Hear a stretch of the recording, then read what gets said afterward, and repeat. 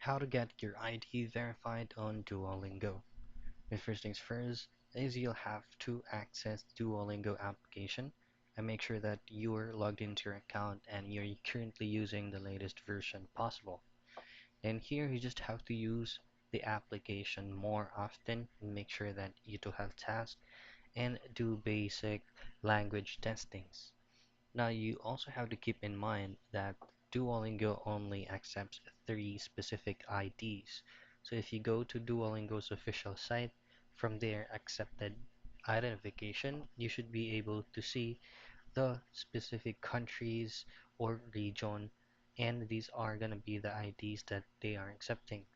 Your passport, your driver's license, as well as your government photo.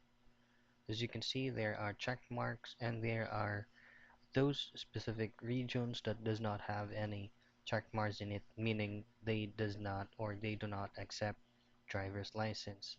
So you just have to find your specific country and make sure that you present whatever is being checked here on each of those identifications you have. So that's it. That's how you get your ID verified in Duolingo.